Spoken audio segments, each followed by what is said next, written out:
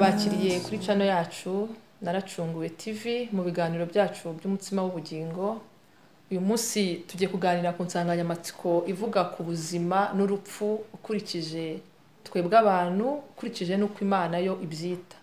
Hari umushyitsi rero turi kumwe yatangira bibwira, ngeweho nitwa Ndayambaje Odile. Urakoze cyane mani go mugisha mwene data audio. Amazina yanjye nitwa Rwagatare François Xavier. Nkaba nejejwe no kubana namwe kuri no shene yanyu. Imana ibamugisha cyane. Murakoze, watangira nadusengera tugatangira ikiganiro cyacu. Reka duce bugufi dusenge mu mitima yacu. Umwami wacu Yesu Kristo, turagushimiye kubw'urukundo rutangaje watugiriye muri Kristo Yesu, ugacungura ubugingo bwacu mwami, maze ukaduha ubuzima nyabwo kugira ngo data twamamaze ishimwe ryawe. Data mwiza rero, turagushimiye kubw'urwo rukundo rutangaje, kandi tugushimiye no kubwa bene data bazadukurikira hirya no hino mwami, kugira ngo ubuntu bwawe butangaje bubane nabo mu mitima yabo, kandi turusheho kumva no kwakira no guhishurirwa imbabazi watugiriye muri Kristo Yesu. Byose tubyamaje twizeye mu izina rya Yesu. Amen. Amen. Uyu munsi rero insanganyamatsiko yacu iravuga ku buzima n'urupfu. Ni ibibazo usanga abantu bibaza batubaza, ubuzima ni iki, urupfu ni iki, ukurikije Imana unakurikije n'abantu, kuko ibyo twega abantu twibwira bihanye n'ibyo Imana yibwira. Bivuze ngo ibyo twadutekereza ku rupfu n'ubuzima ubasha gusanga bitandukanye n'ibyo Imana ivuga. Uyu munsi rero nibyo nifuzaga ko tuza kuganiraho, ese ubuzima ni iki, urupfu ni iki, kubera yuko hari uko twebwe tubizi. Yego.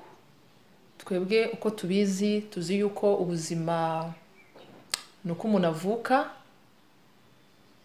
akabaho, akaba arimo arahumeka, agakura, uko agenda akura nyine umuntu ni muzima nta kibazo afite. Yego. Niyo arwaye baravuga ngo yarwaye ariko abakiri muzima. Hakaba n'ikindi gihe tuvuga ngo umuntu yapfuye, mu gihe noneho umwuka washize. Ni nako wumva umuntu avuga ngo ntabwo agihumeka umwuka w'abazima. Yego. Rero urumva ibyo nibyo twebwe twita ubuzima. Bimwe byo kuvuka umuntu akaba akagenda, nibyo twita urupfu nuko umuntu yapfuye akaba noneho bamutwaye kwirimbi. Yego. Ariko urebye neza mu ijambo ry'Imana usanga hari ikindi Imana yita ubuzima, hari n'ikindi yita urupfu. Yego. Ibyo rero nibyo nifuzaho ko uyu munsi tuganira, kuko twebwe uyu munsi umuntu ubuzima uhura n'umuntu wese akakubwira ngo ngiye gushaka ubuzima. Urimo ariga ngo arimo arashaka ubuzima. Urimo ashaka amafaranga arimo arashaka ubuzima. Ukibaza icyo kintu cyitwa ubuzima kiri mu bantu bashakisha, umunsi umwe kigeraho ngaho kikanaducika, twanagitanzeho igiciro gikomeye cyane. Ubwo icyo kintu koko ni ubuzima. Niba nta kiguzi watanga ngo icyo kintu gihamane, bivuze ngo ntabwo ari cyo cy'ubuzima rero bw'ukuri. Hari ubundi buzima bw'ukuri, ahubwo iki ngiki dufite ni igishushanyo cyakora cy'ubuzima. Nicyo tubona ni igishushanyo cy'urupfu. Ndagira ngo nawe utubwire ukurikije ijambo ry'Imana ubuzima n'iki, urupfu n'iki. Urakoze cyane. Ku kibazo cyiza n'insanganyamatsiko nziza nk'iyi watanze, cyangwa se mwazanye kugira ngo tusangire n'abadukurikiye cyangwa se n'abazabasha kudukurikira n'ikindi gihe, kugira ngo mu by'ukuri tugere bimwe tumenya kandi dusobanukirwa, kuko byinshi usanga bimwe na bimwe ari ibintu bituraje ishinga ndetse dutinya. Kugira nk'uko wari ubivuze, urupfu n'ubuzima ni ikintu gikwiye gusobanukirwa tukamenya. Urugero nk'iyo umuntu yavutse, ubuzabe nk'iyo umuntu yandikiye undi ati twabyaye umwana, abantu baranezerwa kuko ubuzima buba butangiye. Urumva mu by'ukuri mu kiri muri ibyo ngibyo ubuzima ni ikintu kinejeje cyane. Ariko kandi iyo wumvise indi nkuru cyangwa se message, umuntu akakubwira ati itangazo ryo kwibuka ukaryumva, cyangwa se umuntu akaguhamagara, ni inkuru y'incamugongo niko tubyita mu Kinyarwanda. Bivuze yuko mu by'ukuri ubuzima ni ikintu cyiza, ni ikintu kinejeje, ariko nanone urupfu ni ikintu kibabaje. Kandi mu by'ukuri aho abantu bagize ibyago, ahagize umuntu upfa kava muri ubu bugingo, abantu barababara. Kandi koko ni inkuru y'incamugongo. Ariko mu by'ukuri ari ukwishimira ubuzima, nka ya celebration dukora umwana yavutse, mu Kirundi babyita ngo ni ikigandaro, n'icyunamo tujyamo umuntu yapfuye, mu by'ukuri ibyo byombi ari ibyishimo twishima umuntu yavutse yabayeho, ari n'akababaro tugira umuntu yapfuye, ibyo byombi bifite nanone n'ibyo bishushanya mu by'ukuri ukurikije Imana. Nibyo rongera ngo turebe mu by'ukuri, ese Imana yo ibivuga ite? Ese ijambo ry'Imana ryo ribivuga gute? Ariko mbere y'ibyo byose ndagira ngo turebe mbese itangiriro ry'ubuzima, ubundi ubuzima bwatangijwe nande kubaho.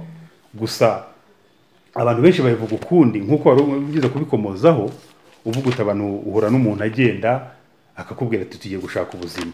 Mu by'ukuri iyo umuntu avuze ngo agiye gushaka ubuzima, kiba ari ikimenyetso cy'uko atazi igisobanuro cy'ubuzima. Kuko ubuzima iyo urebye ukurikije Imana, ubuzima ntitubushaka, ahubwo mu by'ukuri ubuzima twarabuhawe, cyangwa se ubuzima ni impano Imana iduha. Mu by'ukuri rero ntiwashaka icyo ufite, ahari wenda biterwa no kuba abantu baba badasobanukiwe, ariko mu by'ukuri ibyo dukora ntabwo tuba dushaka ubuzima, kuko ubuzima twarabuhawe kuko ni impano y'Imana. Reka rero nifashisha ibyanditswe tureba twumve mu by'ukuri ubuzima bwatangiye ryari. Ese bwatangijwe nande? Kuko uwo wabutangije, urugero nguhaye, burya umuntu iyo yakoze imodoka cyangwa se ibindi bintu dukoresha mu buzima bwa buri munsi, burya iba ari nzima ukurikije uwayikoze yuko yifuza uko ibimeze. Aho niho avuga ati imodoka ni nzima, kuko yasetinze aho etat normal cyangwa se ubuzima ibirimwo abantu bafata ko ari nzima ukurikije uwayikoze. Rero ndagira ngo turebe mu by'ukuri ubuzima ukurikije Imana nk'uko ijambo ry'Imana ribivuga, ariko kandi nkayo umutangiza w'ubuzima. Reka rero dusome mu itangiriro ibice bibiri umurongo wa 7. Ese mu by'ukuri Imana ubuzima bwatangiye ryari? Ese bwatangijwe nande? Reka turebe mu bice bibiri by'itangiriro umurongo wa 7, twumve mu by'ukuri aho ibintu byatangiriye. Ngo Uwiteka Imana iri mu muntu mu mukungugu wo hasi, umuhomekera mu mazuru umwuka w'ubugingo, umuntu ahinduka ubugingo buzima. Imana ishimwe cyane. Urumva tubonyemo ibice bibiri. Imana ibumbye umukungugu wo hasi, cyo ni igice kigize umuntu, ariko yarakataba umuntu imuhomekeramo mu mazuru umwuka w'ubugingo. Ngo tubonye umuntu agizwe n'uwo mukungugu wo hasi n'umwuka Imana imuhumekeye mu mazuru, ngo umwuka w'ubugingo, ngo umuntu ahinduka ubugingo buzima. Umuntu rero ajya yaba umuntu. Urumva agizwe n'ibice bibiri. Rero numva ngo umuntu tumwise nk'uko tubibonye, umuntu ntitwamwita uriya mukungugu ngo tuvuge ngo uriya mukungugu wari umaze kubumbwa uwo si we muntu. Nta nubwo umuntu turi buze kumwita umwuka w'ubugingo Imana yamuhumekeye mu mazuru gusa, ahubwo umuntu turi buze kumwita umuntu nk'umukungugu wahumekewemo umwuka w'ubugingo, byombi ngo umuntu ahinduka ubugingo buzima. Urumva rero ubwo najya nkwerekeye mu by'ukuri aho ubuzima bwatangiriye. Umuntu abahindutse ubugingo buzima. Ubwo rero twari nagira ngo tutangire, ariko tunarebye naho umuntu yatangiriye, aho umuntu ahera, kugira ngo naho tuze gukomeza tunarebe se ubuzima ukurikije Imana, ese urupfu ukurikije Imana nk'uko ijambo ry'Imana ritubwira. Murakoze. Ego, nanjye hari icyo navuga ku buzima. Imana iyo ivuga nk'uko wavuze ngo yahumekeyemo umwuka, umuntu ahinduka ubugingo buzima. Niyo usomye mu Baheburayo 12 umurongo w'9, haravuga ngo Imana ngo si se w'imibiri ahubwo ni se w'imyuka. Amen. Bivuze ngo hari uyu mubiri wacu tubona nkanjye Odira, umuntu akambona gutya, akashobora kuba yanavuga ati ni umukobwa muto umeze gutya, ariko uwo ngo ni umuntu ugaragara inyuma. Yego. Ariko muri njyewe harimo undi muntu. Kuko Imana yavuze ngo ntabwo ndi se w'imibiri ahubwo ndi se w'umwuka. Bivuze ngo ngiye mfite papa wanjye na mama wanjye. Niyo mpamvu mu isi buri muntu wese afite papa we. Yego, yego.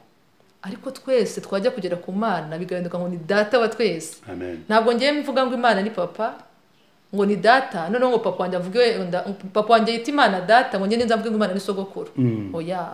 Ahubwo twese Imana ni data. Kuko ni se w'imyuka. Ni se w'imyuka. None ariko mu mubiri buri muntu wese agira ise. Yego. Kuko buri muntu wese akeneye afite ahantu yakuye uyu mubiri afite. Naguha urugero. Imana buno aya mazi turimo turanywa, ni kuvuga ngo aya mazi ni ay'Inyange. Yego. Inyange icuruza amazi ariko ntabwo icuruza amacupa. Yego. ni ukuvuga ngo rero inyange ariko ikeneye icupa kugira ngo igeze amazi ku isoko. Ni uko uyu munsi ubona dufite rino cupa ry'amazi, ariko mu by'ukuri amafaranga twatanze ntabwo ari ay'iri cupa, ahubwo ni ay'amazi. Aribyo Imana ivuga ngo njyewe ndi se w'imyuka ntabwo ndi se w'umubiri. Ni ukuvuga ngo uyu mubiri wanjye ni nk'aka gacupa, aka gacupa urimo kubona aha ngaha. Ni ukuvuga ngo ariko indani muri njye harimo umuntu w'Imana yizaniye. Niyo mpamvu iyo umuntu ariho agenda, aba afite amaguru, afite amaso, afite ingingo ze zose, ariko niyo apfuye bya bintu abakibifite. Aba agifite amaguru, agifite n'ay'amaso ye, kubera icyo yapfuye atagenda. Turaza kureba ikiba cyabuze. Kubera icyo umuntu noneho yapfuye, umwana amuzi imbere akavuga ngo mama ntamwumve cyangwa ntakore. Ariko wibuka ko umuntu akiryamye ari muzima, noneho bwo yasinziriye, iyo umwana mukomanze aritaba. Noneho ko byose bisa nko kuryama, niyo umuntu yapfuye abaryamye kandi ari wundi ugihari, kuki noneho uyu mwana rira ko mama uransize, kuki bwateguka. Bivuze ngo hari ikintu cyari gituye muri wa muntu cyagiye. Icyo kintu rero nicyo dushaka kuvuga uyu munsi cyitwa ubuzima. Na kiriya kiryamye hariya rero nicyo twita nicyo cyitwa bode, ni nk'aka gacupa. Hakaba hari ikintu rero cyabaga muri uriya muntu cyagiye. Uyu munsi ari nacyo dukwiriye kwitaho, kuko mwibuke neza ko uriya muntu uryamye muri serikeye yujuje ingingo zose, ariko twibuke ko bya bintu twita ubuzima umuntu ayirirwa ajya gushaka abishakira n'ubundi wa muntu uryamye muri serikeye. Kuko iyo wagiye gushaka amafaranga yo kuzubaka inzu nayo gutuzamo iki ngiki, iyo wagiye gushaka ibirayi byo kurya n'umuceri n'ibyo kugaburira uyu nguyu, iyo wabyaye abana nabo nabiki ngiki. Ni ukuvuga ngo ibintu byose, yaba n'imodoka, ibintu byose dushakisha ni by'uyu mubiri. Ariko kandi wibuke neza mwene data ko nibyo bidutwara amasaha yose, ni hafi ya yose 28 rwose tuyatwarwa n'ibyo bintu. Ariko kandi ibyo bintu wibuka ko ni ibya wa muntu uryamye hariya. Hari undi wagiye, hanyuma uriya muntu wagiye ko twese tuvuga ngo yitabye Imana, ariko ibigaragara uwitabye Imana suri uryamye hariya, kuko turacyari kumubona. Kuko yitabye Imana uriya, tuvuze nkuciye mu ijambo urihangana gatoya, tuvuze ngo uriya niwe witabye Imana, nawe nkuko ugize kubivuga mu rugero, na wa mwana yamuhamagara akamwitaba, kuko urumva yabashije kwitaba Imana. Ubwo rero ngo mu by'ukuri harimo no kumenya uwitaba Imana mu by'ukuri ninde. Kubera yuko wa muntu witaba Imana niwe ugiye guhura n'Imana. Wa muntu se wagiye agiye ate? Noneho twibuke neza yuko ni nkuko twavuze ngo aya mazi ari muri aka gacupa. Aka gacupa gafite agaciro kubera amazi arimo. Ariko Inyange ntago icuruza mu macupa mu by'ukuri. Nawe iyo wagiye kugura n'uwaguze icupa. Twiko nifashishije urugero rw'uko iri cupa ni nk'uyu mubiri wanjye. Amazi rero, aya mazi arimo ni biriya Imana ivuga ngo ni se w'imyuka. Iyo turebye ijambo ry'Imana mu mubwiriza 12 umurongo wa 7, avuga iyo umuntu apfuye ko umwuka usubira kwa nyirawo. Hanyuma nawe umubiri ugasubira hahandi wavuze bawukuye mu mukungugu wo hasi. Niho n'ubundi kandi koko tujyana mu mukungugu igitaka gisubira. Nubwo wagerageza ugashaka kubika icyumweru, byumweru 2, ukwezi, ariko amaherezo uzawujyana hahandi waturutse. N'umwuka rero uzasubira hahandi waturutse. Ikintu cyako ko twumvaho cyane nuko amasaha yacu yose tuyamarira kuri indi, tuyamarira kuri wa muntu uzasubira aho yaturutse hasi mu mukungugu, tukibagirwa wa wundi nanone uzajya guhura n'Imana, kuko amaherezo yacu twese tuzahura n'Imana. Umuntu abyemere ntabyemere, ariko amaherezo yacu twese ni ku Mana. Noneho nkomejeho gatoya kuri aka gacupa navugaga, urabona aka gacupa iyo waguze amazi haba handitseho itariki amazi yaziye ku isoko. Hano iriho hariho 18 z'ukwa 12 ko aribwo amazi yaje. Noneho haba hananditseho n'igihe amazi azavira ku isoko. Bivuze ngo aya mazi umuntu yemereye kuyanywa kuva umunsi yagereye ku isoko n'umunsi azaviraho. Mbere muri yo ngo afite hano igihe cy'umwaka, muri icyo gice cyo hagati aho ngaho, aho hagati niho yemereye kuba anyobwa. Natwe iyo usomye muri Zaburi 139 aho Dawidi avuga ngo iminsi yanjye itaravaho n'umwe, warayibaza kalendari kuvuga ngo Imana irayifite kalendari yanjye odira. Umunsi yanyohereje ku isi ku itariki zinizi yari yanzanye ku isoko. Hari n'umunsi yangeneye rero nzava ku isoko, kuko itekereza yuko wakabaye icyo gihe gihagije usohoje ibyo yo yakugeneye kuko birahagije. Yego. Ni ukuvuga ngo rero urana ikibazo gihari gikomeye aka gacupa ko kanditseho umunsi kazi n'igihe kazagendera, ariko ikibazo gikomeye gihari twe tuzi umunsi twaziye ni nawe ducelebratinga buri Yego, gihe rwose. iyo ugeze urawishimira. Ikibabaje ntabwo tuzi umunsi tuzagenda, kuvuga ngo twe ntabwo tuzi igihe amazi azavira ku isoko, Yego. ariko nyamara ubwo tutazi uwo munsi ariko urahari urahari Icyaka- bizagera bigende. Ni ukuvuga ngo rero twemerewe yego kwita kuri icyo kintu rero noneho gikomeye, icyo ngicyo kizagenda hagasigara wa mubiri wacu. Yego. Urabona rero ubundi umuntu anywa amazi agacupa kakajugunya, Yego. niko byagenwe. Ariko izi tariki ziramutse zigeze z'aya mazi, amazi acyuzuye mu gacupa, yego bajugunya amazi n'agacupa, bikaba bibaye igihombo ku ruganda. yego Uko rero niko mu by'ukuri niba turi ku isi tutazirikana se w'imyuka, yego kuko uyu munsi umuntu wese arakura avuga ngo data yangiriye atya yaranyitangiye ngomba kuzamugira gutya, Yego. ariko twibuke ko dufite n'undi data yego nawe ufite ubutunzi yashyize muri wowe, kubera yuko uyu munsi umuntu agiye kwa muganga yabuze umwuka bakawumuha fagitire bamuha ibiteye ubwoba. yego Ibibazo rero noneho iminsi yose tumaze duhumeka nta fagitire. murakoze cyane. Urumva rero icyo dukwiriye kwitaho, ni byiza ko kiriya kintu kizaryama muri serikeye tucyitaho rwose kuko nicyo gitunze umuntu w'Imana, wundi uzasubira ku Mana. Yego. Ariko cyane ni byiza ko twita kuri uwo muntu uzasubira ku Mana, kuko usanga umuntu akubwira ngo nsigaye narabuze umwanya, ibintu byarakomeye, nta muntu ukibona umwanya. Mana nawe urabibona, ariko twibuke ko ibyo byose bituraza ishinga iyo umunsi wo kugenda wawe wageze, byose nta cyitambika muri bya bindi byose. noneho niwo munsi wageze, ya nzu yawe waruhiye bayigusohoramo, ntabwo uwo munsi bakwemerera kuyiraramo. kuko igitaka hari ihame baba batagomba kuviyora cyangwa se kwica. Igitaka kiba kigomba gusubira mu gitaka. Cyane. Urumva mu by'ukuri ko hagitinza ni ugukora ikosa, urimo utubahiriza ijambo ry'Imana, kuko nk'uko wabivuze mu mubwiriza ngo umwuka ujya ku wawutanze, kandi nk'uko twabibonye hano mu itangiriro ngo ngarutse inyuma gatoya ku giti cya cyanditswe nari natanze hano ngo Imana ifata umukungugu irawubumba, irangije cya gitaka cyangwa se cya kibumbano ngo igihumekeramo umwuka, ngo umuntu ahinduka ubugingo buzima. Ngo mu by'ukuri kigira umuntu si umubiri, ni bwa bugingo buzima bwa Imana iba yashyizemo. Ariko nk'urugero barakomeje gutanga ukoresha, hari uwakwibaza ati ese ko nk'uko wari wakotinze cya cyanditswe ngo Imana ni se w'imyuka, akahibaza ati ese none se nimba Imana ari se w'imyuka ku cy'umubiri? Igisubizo ni iki ngiki, kugira ngo badatekereza ko Imana yita ku mwuka cyangwa se nk'aho umubiri utawitayeho. Kuki itari se w'umubiri? Impamvu Imana itaba ise w'umubiri nuko Imana ni umwuka.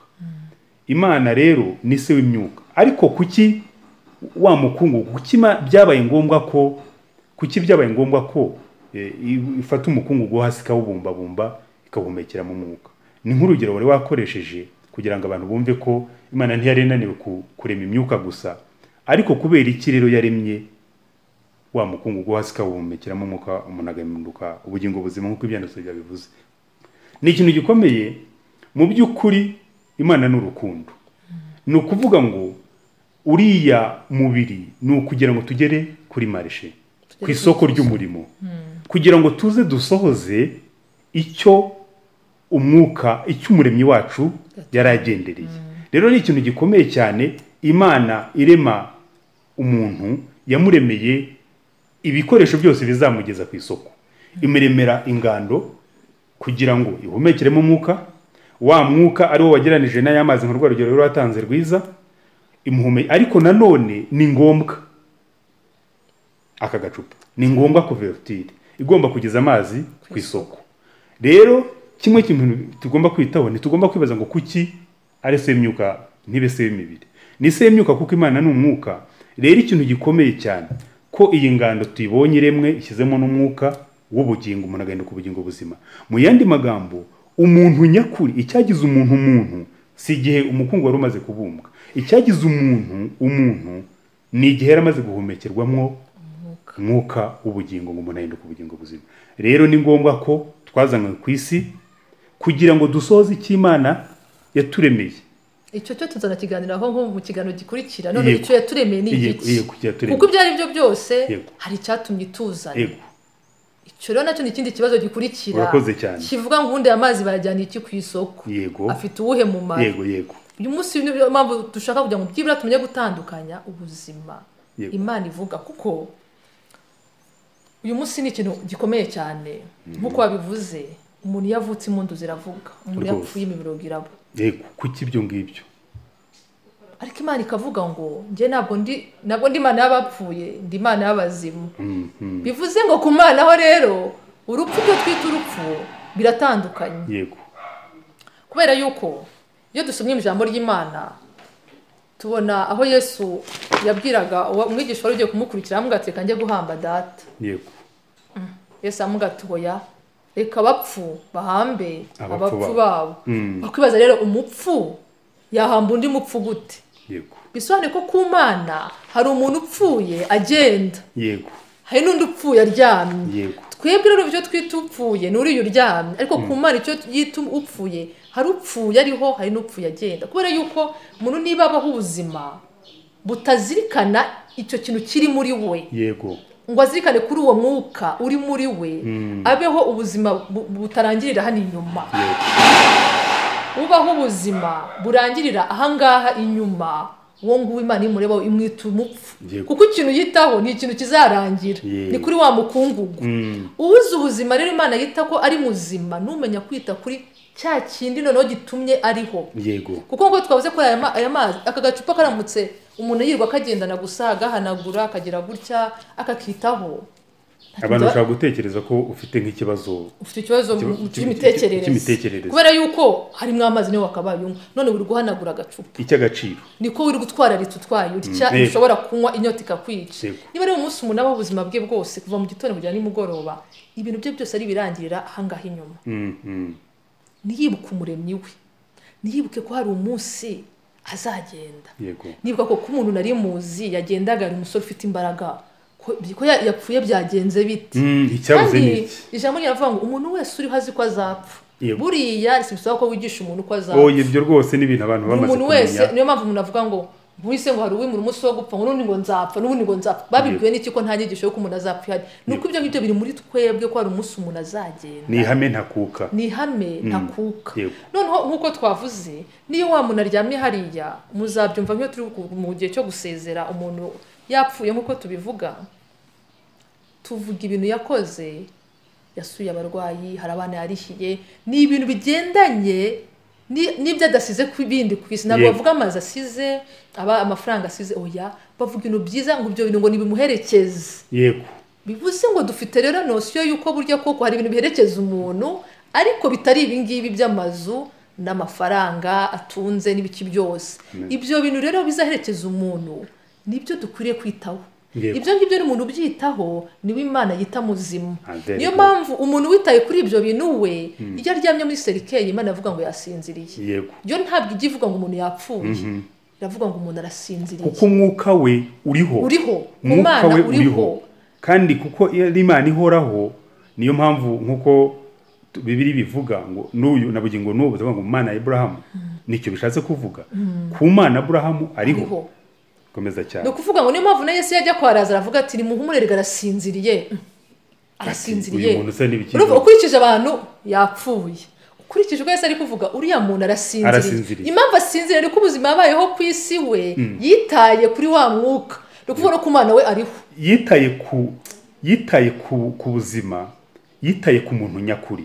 Kuko mu by'ukuri niyo nk'uko urugero twakomeje gukoresha rw'icupa n'amazi niyo bakora marketing bashaka abakiriya ntago baba bakora marketing bavuga ngo bakorera marketing amacupa baba bakorera marketing amazi ngo ikintu kiraje ishinga abakoze abadukorera aya mazi nuko amazi atanga ubuzima agira umumaro hakenewe ahari inyota akahamara inyota. Urumva rero mu by'ukuri na wa mugambi w'Imana nuko na wa mwuka ukwiriye kuba witabwaho ukwiriye kuba ari we ubungwabungwa kuko niwe muntu kuko niwe moteri nkuko twabibonye niwe buzima niwe muntu.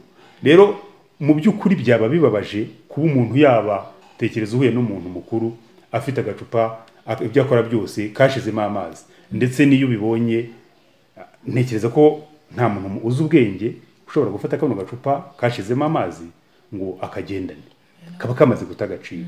Ariko mu by'ukuri icyo twe dukwiye kumenya ni ukumenya ngo mbese amazi mu gihe muri ya kalendari twaze tuvuga aya mazi igihe aviriye mu ruganda, uwakoze aya mazi cyangwa se uwaduhaye ubuzima ni ukumekinga shuwa ngo ese amazi yatanze umumaro, ubu bugingo bwatanzwe bwasohoje icyo bwaremewe, bwasohojwe icyo byahamagariwe, kugira ngo mu by'ukuri bizabe nk'umukozi wakoze akazi hanyuma agatanga raporo ku mukoresha we akavuga ati rwose nkurikije igihe naguhaye rwose byari bihagije ko icyo nari naguhamagariye kugira ngo ukore wagikoze. Ni agahinda rero mu by'ukuri kuba abantu twakwita ku by'umumaro mukeya cyane hanyuma tukirengagiza iby'umumaro ukomeye. Urebye ni nabyo ijambo ry'Imana rivuga, Imana ivuga abantu, ikavuga n'inyamaswa abantu. Yego.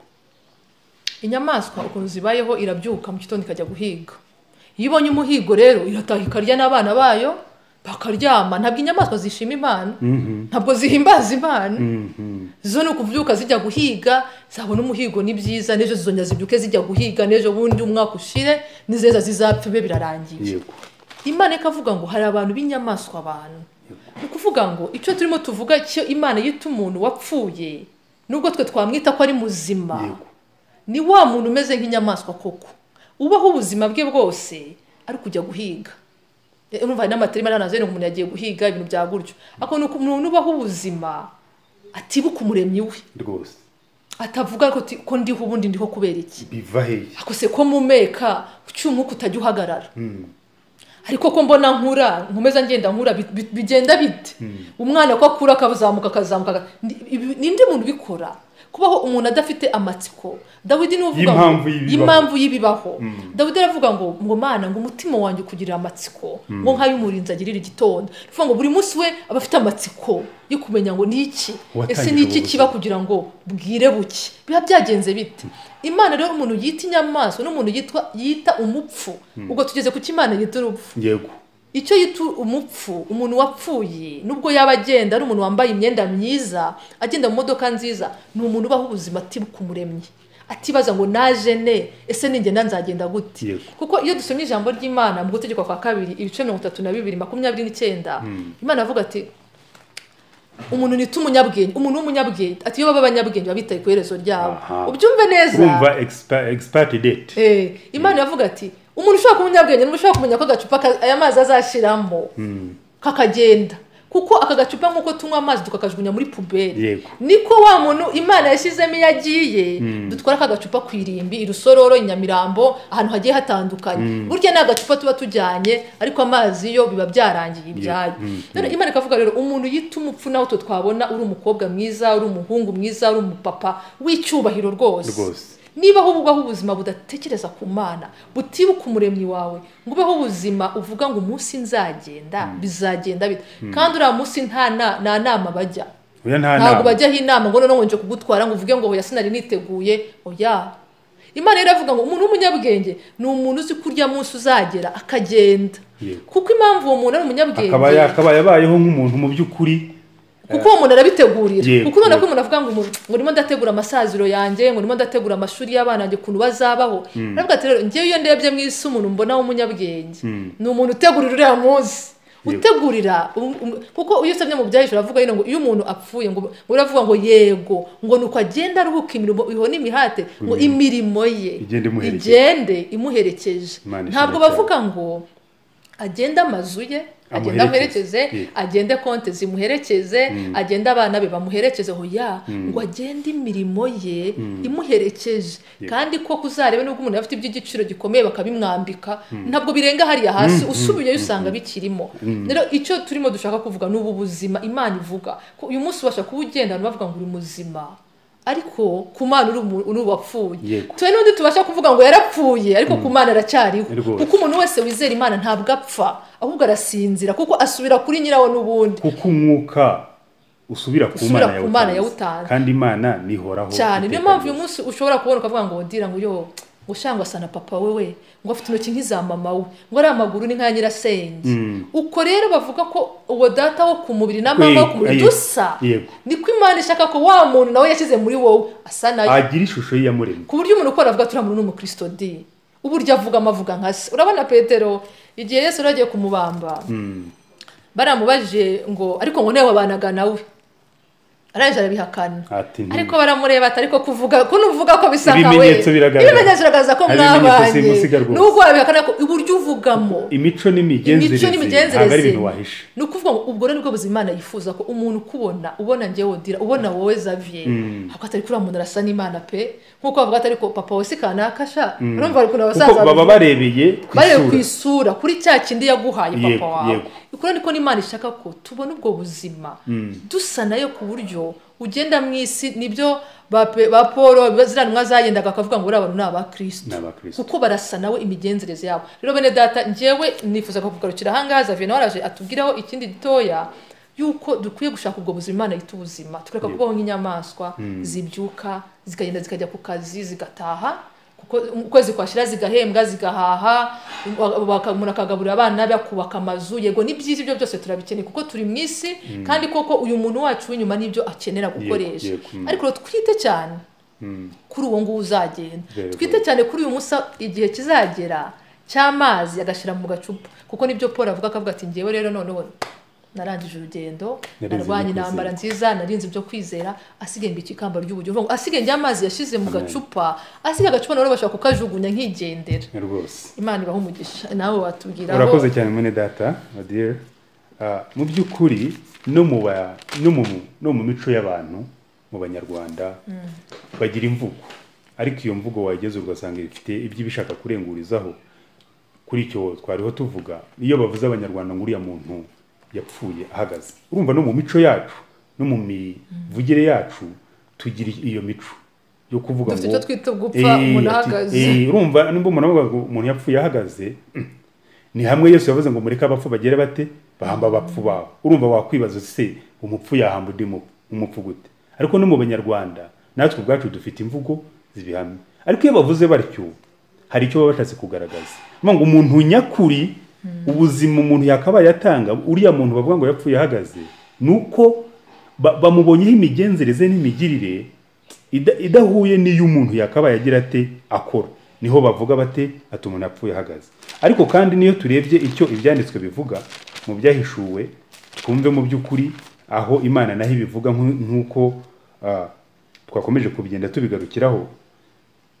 Imana yandikira itorero ry'Isarudi yaribwiye amagambo akomeye cyane Yesu abagenera message ubwo turagira ngo twumve mu by'ukuri urupfu ukurikije Imana mu by'ukuri ni igiki Imana yiturupfu kugira ngo mu by'ukuri tugende ku ijambo ry'Imana natwe twitwararike urupfu ukurikije Imana rutaturangwamo bene data kuko urwo rwaba ari rwo rupfu naho urupfu ukurikije abantu ni ibintu by'agaciro gakeya. Imana rero irabandikira yandikira itorero ry'Isarudi iribwira amagambo akomeye ariko meza kuri ryo kubera ko kuyumvira na agaciro gakomeye kuri ryo ngo murongo wa mbere aravuga ngo wandikire marayika w'itorero ry'Isarudi uti ufite imyuka 7 y'Imana n'inyenyeri 7 aravuga aya magambo ati wahana Imana igiye kubaha message irabanze Yesu yivuze uwo ari we aravuga ati aravuga aya magambo ati ngo nzi imirimo yawe yuko ufite izina ry'ukuriho. Amen. Urumva aravuga ati nzi mufite izina ry'uko muriho ngo nzi imirimo yawe yuko ufite izina ry'ukuriho ngo nyamara uri intumbi. Ariko iri torero yandikiraga bari abantu bari bariho bagendaga iravuga ati nzi imirimo yanyu muvuga ko muriho ariko jewe ukurikije je muri intumbi nta buzima mufite. Urumva rero mu by'ukuri hano Imana igaragaje umuntu ivuga ko ariho ariko akaba afite izina. Natwe rero bene data bakundwa nukuba twarondorwa n'Imana cyangwa se twahanywa n'Imana ko turiho ko dufite izina kuko kuba bivuga ngo mufite izina ry'uko muriho ni ikintu gikomeye. Ubwo mu by'ukuri Imana yari baninuye ati mwibwira ko mufite ubuzima ko muriho ariko muri intumbi. Rero mu by'ukuri icyo dukwiriye kuba dusangira na bavandimwe bose ndetse n'abazadukurikira ni ukumenya, ni ukwita ku ijambo Imana ivuga. Icyo Imana ihamya nicyo cy'ukuri, kuko iby'Imana ihamya ni ihame. Rero bene data bakundwa, tubonye Imana ibwira itorero ry'Isirayeli ribabwira ati nzi imirimo yanyu, mufite izina ry'uko muriho, ati nyamara muri intumbi. Ubwo iki Imana yahamije nicyo cyo ukurikijeyo. Rero ngo umunyabwenge ni uwita uko Imana imwita ukurikijeyo. Ubwo rero nta kindi n'ubundi ni ukugaruka kuri wa mwuka, nk'ikigereranyo twatanze kuri y'amazi. Ntitwakabaye dufite izina ry'uko turiho ku Mana, ariko ku Mana ugasanga turi intumbi. Ni ikintu rero bona nkwereke ngo hari abantu mu buzima busanzwe dusangiye kubaho, navuga ngo dusangiye oxygene, bafite izina ry'uko bariho ariko ari intumbi. Ariko Imana ishimwe yuko ibyo nabyo Imana ibihishura kugira ngo natwe muri twe tumenye ese koko ndiho ukurikije Imana nk'uko Imana yita ubuzima, cyangwa se ndiho ukurikije abantu. Rero kugira ngo tumenye mu by'ukuri uruhande duhereramo. Hari ikindi cyanditswe twakomeje kugenda dukotinga, iyo urebye muri Luka ibice 9, Yesu ubwo yabwiraga abantu yavuga ati mu nkurikire, abantu batangira kumuha inzitwazo, maze havamo umwe muri Luka ibice 9:60 ngo Yesu arababwira ati reka abapfuye bihambire abapfuye babo, ngo ariko woweho genda ubwirize abantu iby'ubwami bw'Imana. Umva n'umuntu wari utangiye kuzana inzitwazo ngo atoye mureka abapfu bahamba abapfu babo. Aba n'ubundi bigarutse nka cya cyane zose tumaze kureba, abiyita ko bariho barapfuye bagiye guhamba abandi babo, abapfuye bagenda. Rero icy'ingenzi twebwe Imana ibwira uyu muntu yamubwira iti ngo woweho ngwino ujye kubwiriza iby'ubwami bw'Imana.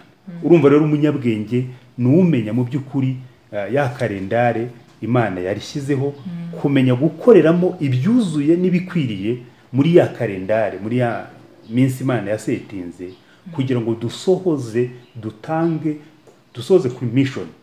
Reka nsoreze kuri kano kantu, kuri no rugero, kuko burya abantu mu byo tubamo abantu bakunda kubyumva mu buzima busanzwe. Tekereza nawe uhawe misiyo y'igihugu cyangwa se y'akazi, hanyuma hanze ukagenda ati misiyo itangiye ku itariki ya 1 z'ukwa mbere, bizarangira kuri 31 z'ukwa 12, hanyuma ukajya muri misiyo, ukagenda ukabayo, hanyuma ukagaruka bakubaza raporo y'ibyo wakoze, bagasanga nta kintu wakoze. Mu buzima busanzwe uko twumva ko uwo muntu yagawa ndetse yaba ari nk'uwo gucirwaho iteka, mu buzima busanzwe bamukubwiye uwo muntu ni kigori. Uburyo tubyumva dutyo, uburyo yaba twatekereza ko ari umuntu utari uwo kugwa, niko n'ubundi binakwiriye ko hari itariki twaherewe misiyo, hari n'umunsi wo gutanga raporo. Rero Imana ishimwe cyane kugira ngo tumenye mu by'ukuri tuzamenye ikizaba kiri muri raporo, nimba koko twarasohoje icyo twahamagariwe mu gihe cyacu twaremiwe. Imana igumugisha cyane. Imana ishimwe cyane. Ni umwanya mwiza kuri twega kugira ngo umuntu yite kuri icyo ngicyo kizahura n'Imana n'ubundi, umuntu yite kuri iyo misiyo yazanywe nayo, kuko iyo irahari, iyo irahari ni nawe tuzaganiraho mu kiganiro kizakurikira. Si n'ubutembere rwose Imana yatuzanyemo rwose, ni nk'uko byo urutanzeho urugero, umuntu baba bamujyanye mu gihugu agihagararira akirwa yitemberera yizererera, hanyuma igihe cyo gutaha akaza nta kintu kimwe yakoze. Uko rero niko mu by'ukuri Imana twereje mu isi, ariko hari icyo ituzaniye igikomeye kuruta ni ukumenya ko ari umuremyi wacu. Ni ukumenya ko tutagomba kuba inyamaswa ngo tubyuke tugenda ngo twite kuri cya kintu kizaryama muri serikeye, ariko uwagiye agende nta kintu afite. Rero Imana ishimwe ko niyo iduhugura. Uyu munsi rero niyo kwiriye kwibaza ngo se ndiho ukurikije Imana cyangwa ndiho ukurikije abantu. Undi kandi n'abandi bapfushije ababo nabo ni umwanya mwiza wo kunezerwa, kuko abapfuye biringira abasinziriye, kubira nivuga ngo barapfuye, abo nabo basinzire bizera Uwiteka bazakanguka. Abo rero ntabwo bapfuye ku Mana, bapfuye kuri twebwe, ariko ku Mana baracyariho. Ni nako natwe abizera Imana umunsi wacu wo kuzasinzira tuzasinzira, ariko ku Mana tuzaba turiho. Inshuti n'abavandimwe, nibo bazaba batakitubona Yego. ariko ku Mana ho tuzaba turiho kuko ku Mana nta gupfa kuri yo urupfu yo ivuga ni urupfu rw'iteka ni uko umuntu abaho atanayiramya atayizi Yego. rero ni umwanya mwiza kugira ngo twese abo dusangiye urugendo rugana mu ijuru ndetse n'utararutangira yite kuri ubwo buzima asaba Imana kugira ngo noneho imuhe ubuzima bushya nanone atangira abeho azirikana umuremyi atari kubyuka nk'inyamaswa atari kubyuka umuntu agenda ahubwo umuntu azirikane ko uwo munsi uzagera kuriya twishima tugakata keke ngo ngize imyaka 30 ngize 20 ariko umenye ko ari n'umunsi iyo myaka izarangira kuko nawo uwo munsi waragene rero Imana ibagirire neza Imana ibakomeze cyane yego mu kiganiro cy'ubutaha buriya tuzaganira kuri iyo misiyo noneho niyihe irenze nubwo iyambere twayivuze ari uko wibuka umuremyi wawe ukamenya ngo uwo muremyi wawe misiyo niyihe ukanagira amatsiko yayo ariko uyu munsi byibura twese dusigarane kumenya ngo ese ndi muzima ukurikije Imana tutarakonku wenda sinzi nimba nyemera akantu gatoya nasorezaho ngo numvaga nagenda ntavuze kuri icyo ngicyo mu by'ukuri tukita kuri iryo herezo ryacu kuri ubwo buzima nyakuri nk'uko Yesu yabivuze kuko nimba twabonye urupfu ukurikije Imana ariko hari n'icyo bita ubuzima ukurikije Imana Yesu niwe wabivugiye we soko y'ubuzima iyo turebye muri Yohana ibice 6:31 yabwiye abari bamukurikira babwira ngo nige mutsima wavuye mu ijuru ngo umuntu urya uwo mutsima azabaho iteka ryose ngo umuntu urya uwo mutsima azabaho iteka ryose urumva rero kurya uwo mutsima kandi Yesu aravuze ngo niwe mutsima w'ubugingo ngo urya uwo mutsima ngo azabaho iteka ryose rero mu by'ukuri uyu muntu urya uyu mutsima akazabaho iteka ryose uyu abasinziriye mu by'ukuri iyo dusanze umuntu asinziriye mu cyumba cyangwa ahandi hantu ntabwo ushobora kurira kubera ikintu ko asinziriye rero bene data bakundwa nk'uko ijambo rivuze ngo urya uyu mutsima ngo azabaho iteka ryose rero Imana ibaho umugisha numvaga ari cyo nashaka kongeraho kugira ngo ntitwumve urupfu ukurikije Imana gusa ariko hari n'ikimana yita ubuzima urya rero uyu mutsima we soko y'ubugingo ngo uyu ngo azabaho iteka ryose nk'uko Aburahamu bariho iteka ryose n'abandi bose bapfuye bizera umwami abo barasinziriye abo basinziriye muri Kristo Yesu ngo nahamagara bazitaba rero hitaba usinziriye Imana ibagirire neza cyane Imana ibaho umugisha naho ubutaha shalom shalom